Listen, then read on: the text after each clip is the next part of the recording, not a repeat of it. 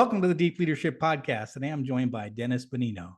Dennis is the founder and CEO of Street Cop Training. His company has trained over 30,000 police officers in more effective policing techniques. Dennis also hosts the popular Street Cop Training podcast. He is a former police officer, has made more than 1,500 arrests and conducted well over 10,000 motor vehicle stops. I am excited to learn about leadership from a law enforcement perspective. So Dennis, welcome to the show. John Rennie, what an honor. We're back again together. The dynamic duo. I'm pumped. Yeah. Last time you were the interviewer, and now I am getting a chance to interview you. So this is fun. I'm excited. Yeah, this is good. So first of all, I mentioned some of your background. Tell us about your background in law enforcement and some of the roles you had. You know, I think probably the most important thing to point out, and probably what directed me to be a law enforcement instructor / starting this company, a training company for law enforcement officers, is in the beginning, I started my career in 2001. I went through a police academy here. I left the state of New Jersey to go be a federal police officer. I went to a police academy in Georgia, Federal Law Enforcement Training Center in Glencoe, Georgia. And then I returned to New Jersey 20 months later and had to go back to another police academy. So in about 4.5 years, I went through 3 police academies, and, you know, each one had its challenges, but all of them collectively sucked right across the board. So that really, you know, I wondered why I was going through 3 police academies. I'm not the only person in the world who's gone through 3 police academies, but I'm glad that I did now, even though it was really not fun at the time, because I got to really, I guess, develop a lot of understanding of where the deficiencies were. You know, I came out, I was very motivated, wanted to go out, do great things, catch bad guys, and have fun. And I did a lot of that. So when did you say, you know what, I really want to get out of the, actually, being on the street and actually start a training company? Where did the idea of a training company come about? Well, it's a 2-part question. So the first one is, when did I decide that I wanted to leave? When 3 shoplifters ran me over with their car and busted my knee to pieces. And the doctor said, "You're not going to be a cop again." And I went, okay, I guess that's the way it's going to go. So that was God having his divine intervention at that time. So that was a decision by God. Now, prior to that, in 2012, that happened in 2014. I subsequently left in 2015. In 2012, I had really started to notice that a lot of people I was field training were really excelling. I had done a lot of research. I knew a lot about case law. And what case law essentially means is the guidance from our courts on how to act constitutionally in the field. And I noticed that cops weren't maliciously acting unconstitutionally. They just weren't aware of what the rules were. So I was able to implement that. And on top of that, having some real good solid street skills. I was a sharp, street smart dude, proactive, eager. So it was a good mixture. And I thought to myself, boy, if I'm having this much impact and creating such good people out of the field training program they're going through with me, which is basically my personal field training program, I should probably share this with most people. So I decided to put some pen to paper, started taking some notes, things I thought were important. And then I, formulated that mixed in constitutional law and, came up with a program in 2012 and had the moxie to give a free class for about 68 police officers. I was terrified compared to what it is now. It was a joke. And at the end of that class, people were like, man, this was really good. I feel like cops really need some shit like this. And that's how it started. And then it just expanded from there. Was there a real need out there, or did you sort of, kind of bump into it and real, like you did this one training, it was really effective and you're like, wow, this is maybe there's something here? Or did you know as a police officer that there was a real need to have more in-depth training across the board? Not only is there a need, or was there a need, there is a need. It's dire. It's ridiculous, to be honest with you. The training police officers receive is next to crap. Now, are there other training companies, private entities, some public, some available to law enforcement that is actually quality training? Yeah, for sure. But majority of it, 90% to 95% of it, is crap on a stick. And that's the motivation. These men and women go into a profession where their lives are on the line. Other people's lives are on the line with literally almost no training at all. It's why the concept, when you get into it, is absolutely wild. And I thought I could have a little bit of impact. Now I think I can almost change the whole goddamn thing. Hmm. As nuts as that sounds. Now, do I think it's going to happen in 2 weeks? No, I'm going to be here doing this until I'm old and gray and until I say, like, this is the best I could do. So give us a flavor for what is street cop training. What do you guys do? What kind of training do you provide to police officers? Well, that's a very big question. So I'm going to try to give you the Reader's Digest version. I think that we are collectively a group of, at this junction, 2022, at the end of the year, 40 plus instructors who are probably some of the best human beings I know, but also experts in a area or a subject area for which they teach. Experts in interdiction, and that means stopping cars and finding large seizures of narcotics and contraband. You have experts in leadership. You have experts in digital investigations, social media, open source, de-escalation, and the list goes on and on. I mean, it just goes on and on through our 40 instructors. And we have people in the hopper. K9 classes have coming out.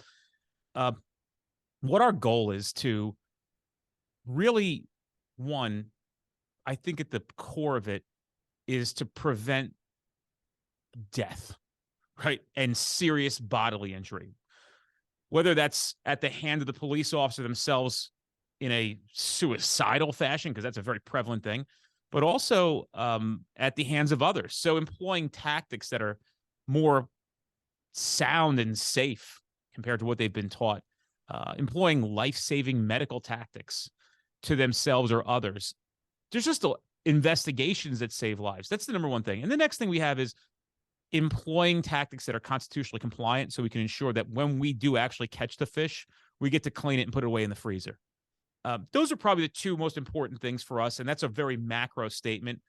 And with a flavor of us trying to give newer police officers, even more senior police officers, guidance on compassion and what it means to be professional and what it means to have self-development, in a place where there could be a lot of toxicity, to try to find who you are and choose yourself and be your own person. Mm. So are they live? Are they pre-programmed? Are they cohort based? What do these training sessions look like, or are they across the board, a bunch of different versions of They're it? across the board. I mean, we're asked to do I'm asked to do keynotes, private events. We're typically, how it works is, if you checked our website, let me check that. If you checked our website, streetcop.com, you would see that we are a national company. So we're all over the place. All our instructors travel. Typically, agencies host us. We show up and make it available to all law enforcement officers. We have on-demand training. So we have an online platform where you could take training courses. We're trying to do it all across the board, but it's how do you eat an elephant? One bite at a time. So I have all these ideas, but I'm one person. We only have so many people on the staff here. And, we just slow and steady wins the race, but we're tenacious and try to move as quickly as we possibly can, knowing that lives are on the line. We look at sometimes these police officers losing their lives in the line of duty, and we're like, man, why didn't they get the memo? How did we not get to these guys yet? How can we get to these people to make them more aware of what we're doing?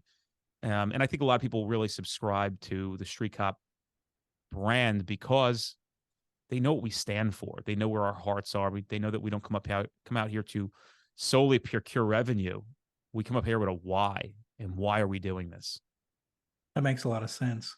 So tell us a little bit just your entrepreneurial journey. So you said, I'm going to, that you had this one great training session. You say, there's something here. I'm going to develop a training, a company. So I imagine it was an overnight success, right? From day one. Just like everything there's ever been. Oh, just overnight success. Right. So what was it like? I mean, what were some of the challenges you faced? Because you're doing something completely different than what you were doing when you were actually a police officer. So what were some of the challenges you faced? And from a leadership standpoint, what were some of the things you learned about yourself through that process? I'm going to start by saying that this is a gift from me to everybody. You can get really good really fast by employing things like podcasts and audiobooks and YouTube on learning the ins and outs of a business. You can't get perfect at it, but those things can help you tremendously with the roadblocks and the hurdles you're going to face. When they show up and other people have been there before, you say, oh, I heard this on a podcast. I heard this on an audiobook. I was expecting you to come to my door. I know exactly what to do here. And I got to be honest with you. Do I think I had some predisposition to be successful in business because of some of the way my brain works? Yes, I'm creative. I have good emotional control. But a lot of the things that have been successful with is because I really am encompassing the principles set forth by people who have already done it and have done it better than I am doing it or will ever be able to do it. So there's a lot of good mentorship out there. The hurdles, they're never ending, John. I mean, they just change as you grow. They'll never go away. And I think people in the beginning really need to make a decision on whether or not they're willing to endure what this is. And I've said this before and I'll say it again. If you think this is a 40-hour week thing, don't come into entrepreneurship. This is to even quantify, I can't put a number on it. Dude, I wake up in the morning, my little morning routine, but I start working almost immediately. I'm working while I'm working out. I'm taking in material. I'm working out. I come out of the shower. I'm answering phone calls, emails. I come in with 11 things to do. And as I walk through the door, 7 crazier things are handed to me. You never know. Today, somebody showed up and delivered some bullshit subpoena on they need training records in Northern Indiana. It's not signed by a judge. Now I got to stop what I'm doing, look into what this thing is. We call and they're like, nah, it's like something. And I'm like, you don't got to follow up with it. We called our attorneys, right? That's 30 minutes gone, right? Right. There's all sorts of, I'm dealing with personnel issues. I have to have conversations and continue to have candor with people here to make sure they're happy and I'm doing a good job for them.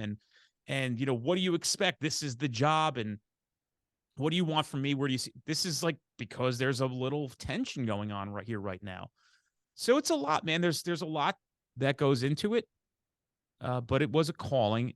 And I have a funny feeling that if somebody had intervened in my life earlier, now I had this real itch that I had to scratch about being a cop. I really, really, really did.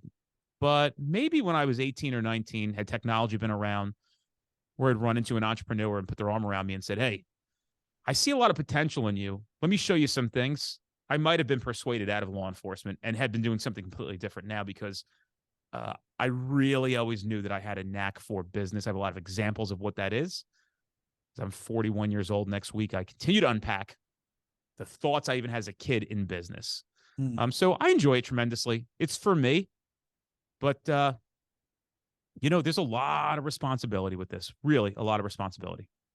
Well, just in you talking through that, what I gather is that you have a passion for it, right?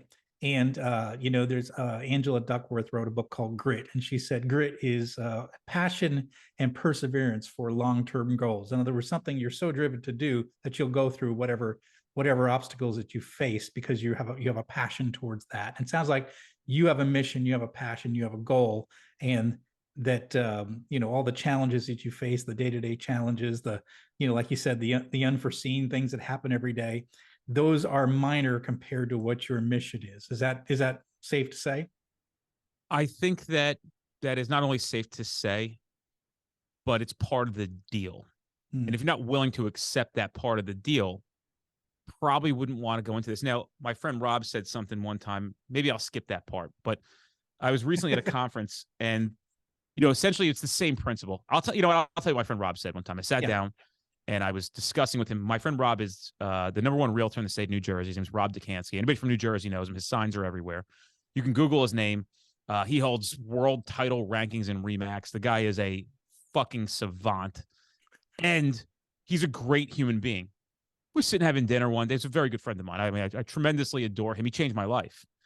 And I said, I was maybe bitching and moaning a little bit. He goes, what would you rather have, rich people problems or poor people problems? And I went, I've never thought of it that way. So you just pick up with this stuff. And it was no different than, you're an entrepreneur. You got your problems. But if you worked for somebody, if you were out there working for somebody else, you'd have just different problems. Yeah.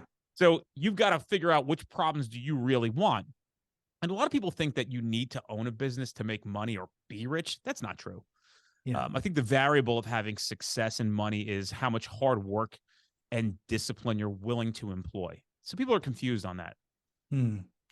Yeah, I think you're right. I think, I spent 22 years in corporate, corporate working for other people. And there were other problems, right? Now, as an entrepreneur, I've been doing my business now for 7 years. It's a whole different set of problems, right? But I would choose this life over working for someone else only because there's a freedom element that's associated with it that I appreciate. So in other words, I make my own schedule, right? And I like that part of it. And I'm sure that's something that's appealing to you as well, I imagine. But you have to have the discipline. You've got to be able to Yeah. say to yourself, like, okay, you know what? I'm going to slide out of the office at 1 o'clock to go watch my kid's baseball game. Yeah. But you got to realize that you're going to make that up in the back end. So at 8 o'clock, you're not watching TV like everybody else is. You're going to catch up on the things you missed from 1 to 2 or 1 to 3. Yeah. And that's a Yeah. big discipline. You have to employ that, just different problems, but a lot of discipline in having a successful business. And you know what? You can make it go. I had a friend of mine who wasn't that successful, but he had a little bit of a mini success in a landscaping company. He's one of the first people who ever said something to me. And he said, Dennis, your business can be as good as you want it to be. Mm. You can have as much business as you want if you're willing to go out and get it. Mm. And it is the truth, it was the truth. And he wasn't somebody who was like, I think he really wanted a business, but he understood that the more you put into it, the more you get out of it. Mm. Yeah, that makes a lot of sense. So one of the things that you have, I was looking through your website and some of your materials. You say that you want to change law enforcement for the better. That seems to be your mission. And tell us a little bit about the kind of why behind that mission. You mentioned suicide being one. You mentioned, not, ending death or preventing death. So what are some other reasons for that mission? Well, the number one complaint of law enforcement, similar to the military, is poor leadership, toxic leadership. Mm. I recognize that some of the existing leadership can't be penetrated. They don't allow it to be penetrated. They are steadfast in their ways, but the good news is they're not going to be here forever. Mm. What I'm trying to do is plant seeds in the next generation of law enforcement to behave much more appropriately and spend time understanding, developing leadership.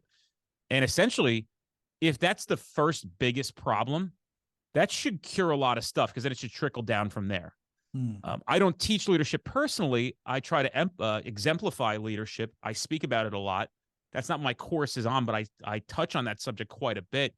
Compassion and empathy for others and having emotional control and what it means to be a good leader.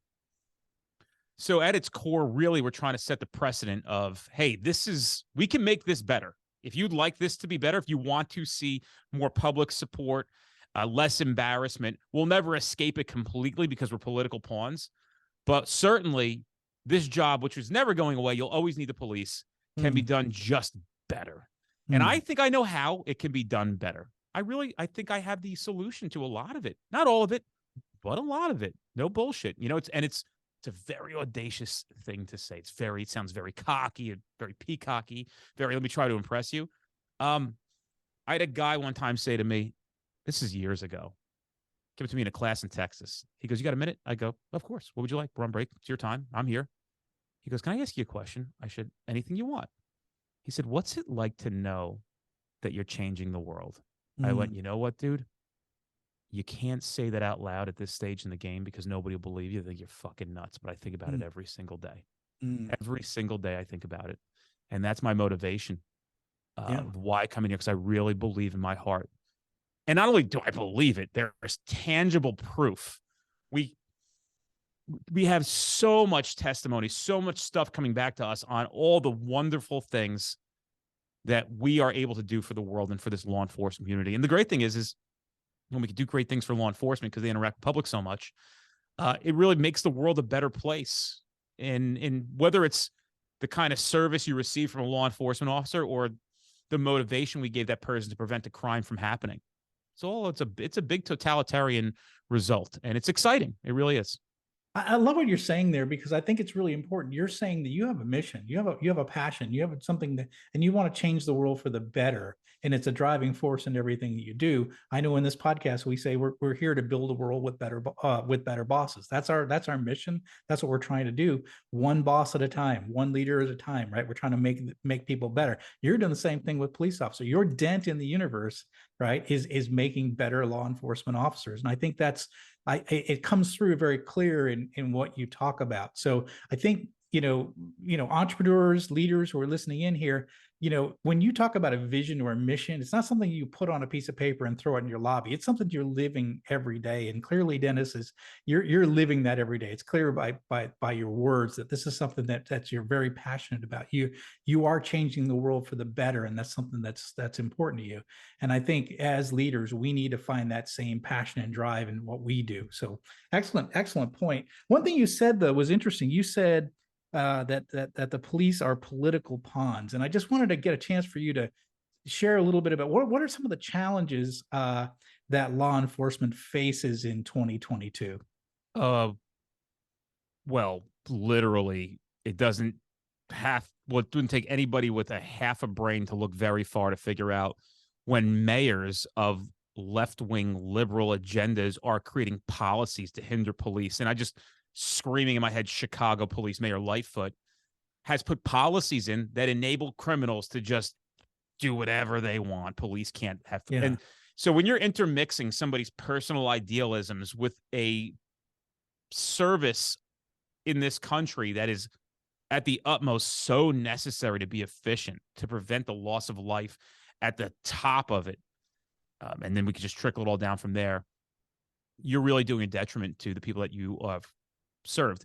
And unfortunately, in my lifetime or yours, we'll never see the separation of politics and law enforcement because it's a publicly controlled entity. It's a very hot topic issue.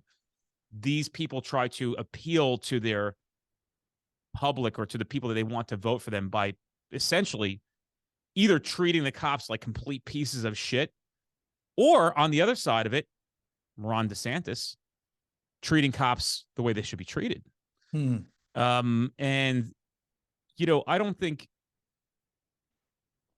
that you can look at these human beings that come out and do this job so selflessly. We saw last night there was Houston police took in like over 20 rounds of AK-47 7.62 rifle rounds to a front windshield of a police cruiser. Those guys make 55, 60, 70,000 bucks a year to get shot at. It's wild. You get contractors in Iraq who make more money, triple that money, and the same thing's happening to them. So we can't politicize the police. We have to invest in the police. Yeah. And, the pendulum was actually swinging back quite a bit, which is the first time in my 21 plus years of doing this that I've seen this happen.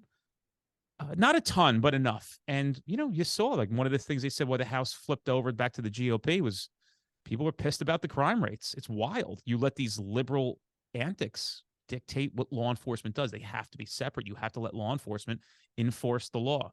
Do I think they need to be constitutionally compliant? Yeah. Do I think they need to be within policy? Sure. Do I think they need to be treating people appropriately? 1,000%. But you can't just not give them the training on how to do that and expect it to perform. That's where we come in. We know that training will resolve it all. There's no question about it. There's nothing that can fix this more than training. Hence, we're a training company. Well, it's funny because when you hear the expression defund the police, just a common sense person like myself just says that's not good. Like if you're having problems, with a police force, right? What you need to do is invest in the training, right? Like just what you said. You need to be investing in hiring the right people, making sure they're paid right, that they're trained right, so that they're doing the job more effectively. When you choke out the money that this group of people that are hired to enforce the laws that the politicians put in place, right? When you choke that out, right, you're going to get better cops or worse cops, right? I mean, that seems like a common sense thing to me. So the idea of funding a police force properly, and then, like you said, using that money to get world-class training, that's the right way to do it. It's not even it's gotten so bad beyond defunding the police because what you said to people is, don't be a cop. It's not even worth Right. it. Right. Enrollment is down. Mm, They cannot. The only thing I can guess is maybe, just maybe, on this next economic recession or economic depression, whatever it's going to be, maybe because it's a quote unquote secure job, maybe they'll have more people applying who need work. Is that a good thing or a bad thing? I don't know, because to be a cop, you really got to be motivated. It's not a job. You just don't do it for the money. mm, But people are dissuaded from it, and it's even affecting my business. Enrollment is down in classes, and the same thing we hear over and over again is we don't have anybody to work the road. We can't send people to training. mm. We have nobody to work the road. And actually, some police departments are getting smart. They're realizing that they're not going to have much to work with, but that they can offer might attract people. And that offering what they can that doesn't cost money is like support, leadership, compassion. Yep. Can't toss money. It's proven. Minneapolis tried to toss $30,000 signing bonuses and $250,000 salaries to cops, and they had one cop. I think they hired one cop in 6 months. Mm, Minneapolis, they're down like 300 cops. They only had like 900 to start. I don't even know if they had that many. It'd be 600 to start. They've lost like half their police department. Nobody's crazy enough, even for $1 million, to go there and risk losing their freedom. Yeah. I think you're right. Just like with any job, but I think especially right now with police officers, they want to know that leadership has their back, right? So they want to go on a job where they know that the leadership has their back, that they're going to get paid appropriately, they're going to get training, right? And given the right equipment to do the job.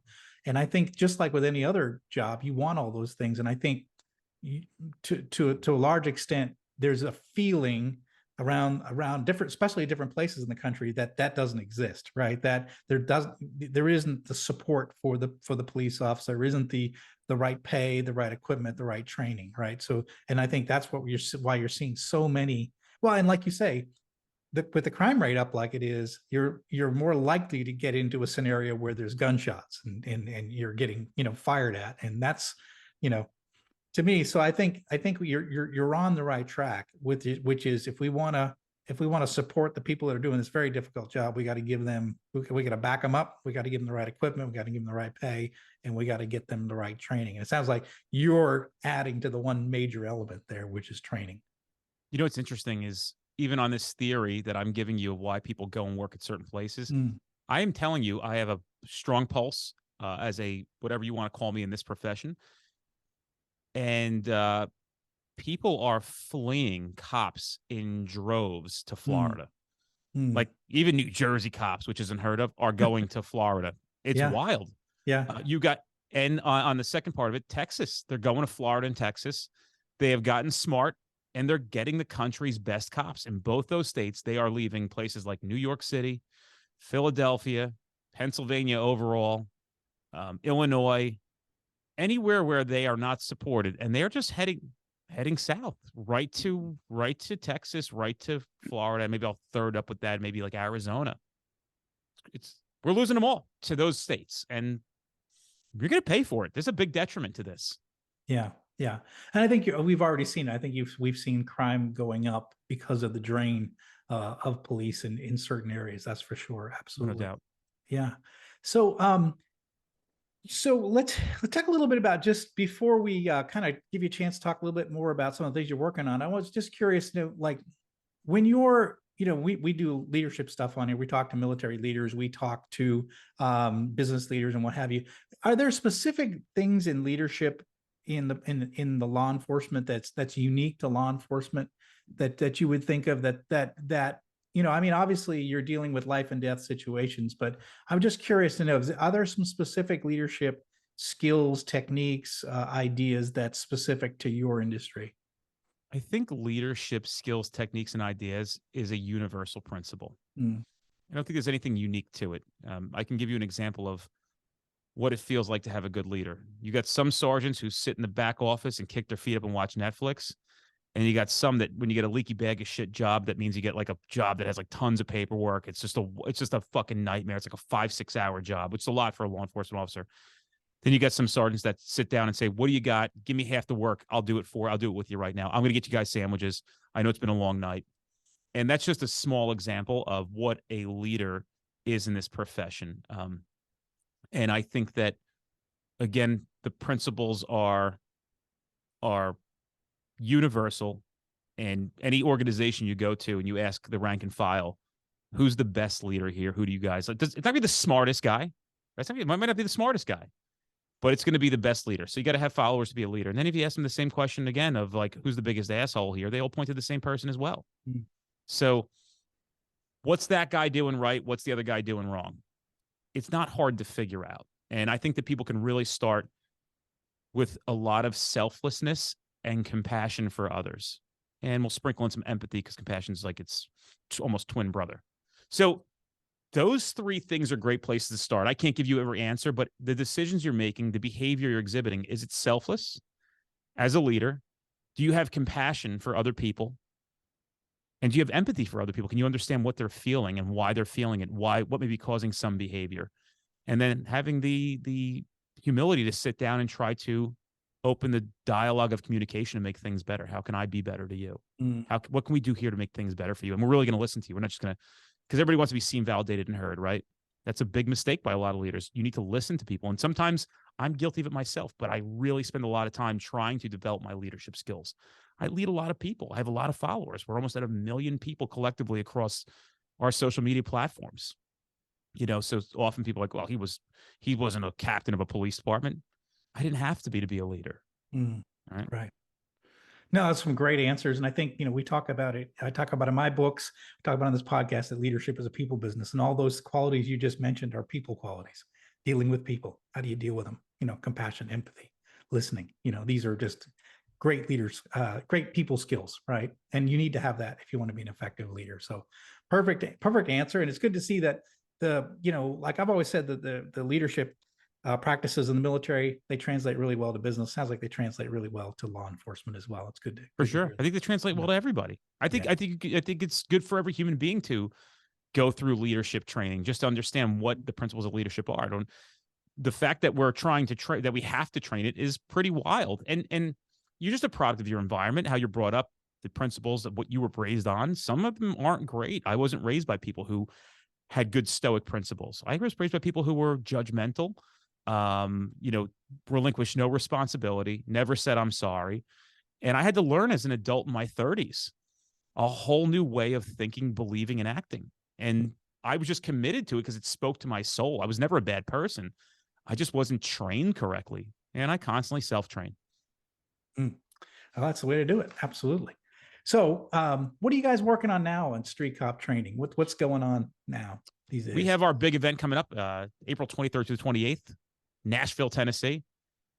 I think we have 5 or 6 big keynote speakers, and I don't want to miss anybody here. So we have Rob O'Neill, this guy who killed bin Laden. We have Jason Redman, Navy SEAL, crazy story. Check him out on YouTube. We have Tommy Lahren from Fox News. We have Kyle Carpenter, I think he's the youngest living Congressional Medal of Honor winner. We have 3 notably known sheriffs in law enforcement. Sheriff David Clark, a lot of people know him. He's the guy with the cowboy hat on, the goatee you see on Fox News all the time. We have Sheriff Mark Lamb, the American sheriff, and then Sheriff Wayne Ivey, who, hats off to Wayne, he just rehired a guy who was charged with murder as a police officer, acquitted, and Wayne gave him his job back. And he told me, he goes, the least I can do is give this guy some dignity back after these fuckers put him through the ringer like they did. He was acquitted. He was charged with a homicide, and it was a justified shooting. And Wayne said, I'm going to catch a lot of heat for it. I know it's coming, but I morally have to give this guy his job back. He didn't do anything wrong. Yeah, I saw your lineup is a fantastic lineup for this. And so it was a couple-day event. You do training in between. Yeah, so it's a lot like it's not just people with these keynotes going all day, but you think about like, oh, where's the practical training? Well, we have 20 instructors from our company teaching as well, but the practical training is in these people speaking. I mean, these are some of the most profound speakers that you'll ever see. Yeah. Jason Redman, who I'm proud to call a friend of mine now, this dude gets it, man. He gets it. And when he talks, it's like hearing birds chirp. It's wonderful. Yeah. So there is practical value in that as well. And, on top of it, we're continuing to develop our curriculums and putting new instructors on. You could check everything out that we do at streetcop.com, or put in Street Cop Training on any social media platform, minus Twitter. But I might grab a Twitter now because I kind of like where it went. You know what I mean? So you know, you can find us anywhere, and people really, really subscribe to what we're saying. And do we have people slinging mud at us? Yeah, sure. It comes with the territory. Nobody needs something for everybody. Even in law enforcement, not every cop likes street cop training. That's okay. Some of the leadership that I give out is like, you don't have to. We can agree to disagree. This doesn't have to be your calling. This is ours. You do your thing, we do our thing. But we mean a lot to a lot of people, and we know that. We're not here to pander to those who don't believe in what we do. We're here to serve the people that we agreed to show up and serve. And they're here to support us. And it's a wonderful relationship. It really is. That's fantastic. And what we're going to do is we'll put links in the show notes for all of Dennis's resources if you're interested. If you're listening in, you're in law enforcement. I think this training session, the live event down in Nashville sounds like a great event, especially those speakers. And I hope that Rob O'Neill never has to buy his own beer. That's what I hope. Yeah, we won't allow that to happen. No, he should never have to ever buy his own beer. It's my opinion. So I know. He's a Navy guy, so I like him. I think we all like him. He killed bin Laden. So absolutely. I think we're all appreciative of, and his story's wild, man. The way he tells the story, it's wild. And it actually, it just sets an example of why it's hard to do something great for the world, because even he has critics. It's wild. People think he's full of shit. It's wild. And it's not, he's just not. And that's something you got to agree to accept when you're going to try to do something great. Yeah, absolutely. Absolutely. Well, Dennis, this has been fantastic. I appreciate you coming on the show and sharing your journey, starting the company, your experiences as a police officer, and what you're trying to do in the world. I think this is a very impactful conversation, and I really appreciate you coming on board. John, you're the man. I mean, you are. I can't thank you enough for having me here. I love getting interviewed. I had a blast. You're awesome. And hopefully we have a continued friendship, and we keep doing this every so often and getting together, man. You're awesome. Absolutely. I love it. I love having you on, and I love being on your show as well. It's been fun. All right, Mr. Rennie, happy holidays. Yeah, you too. You take care.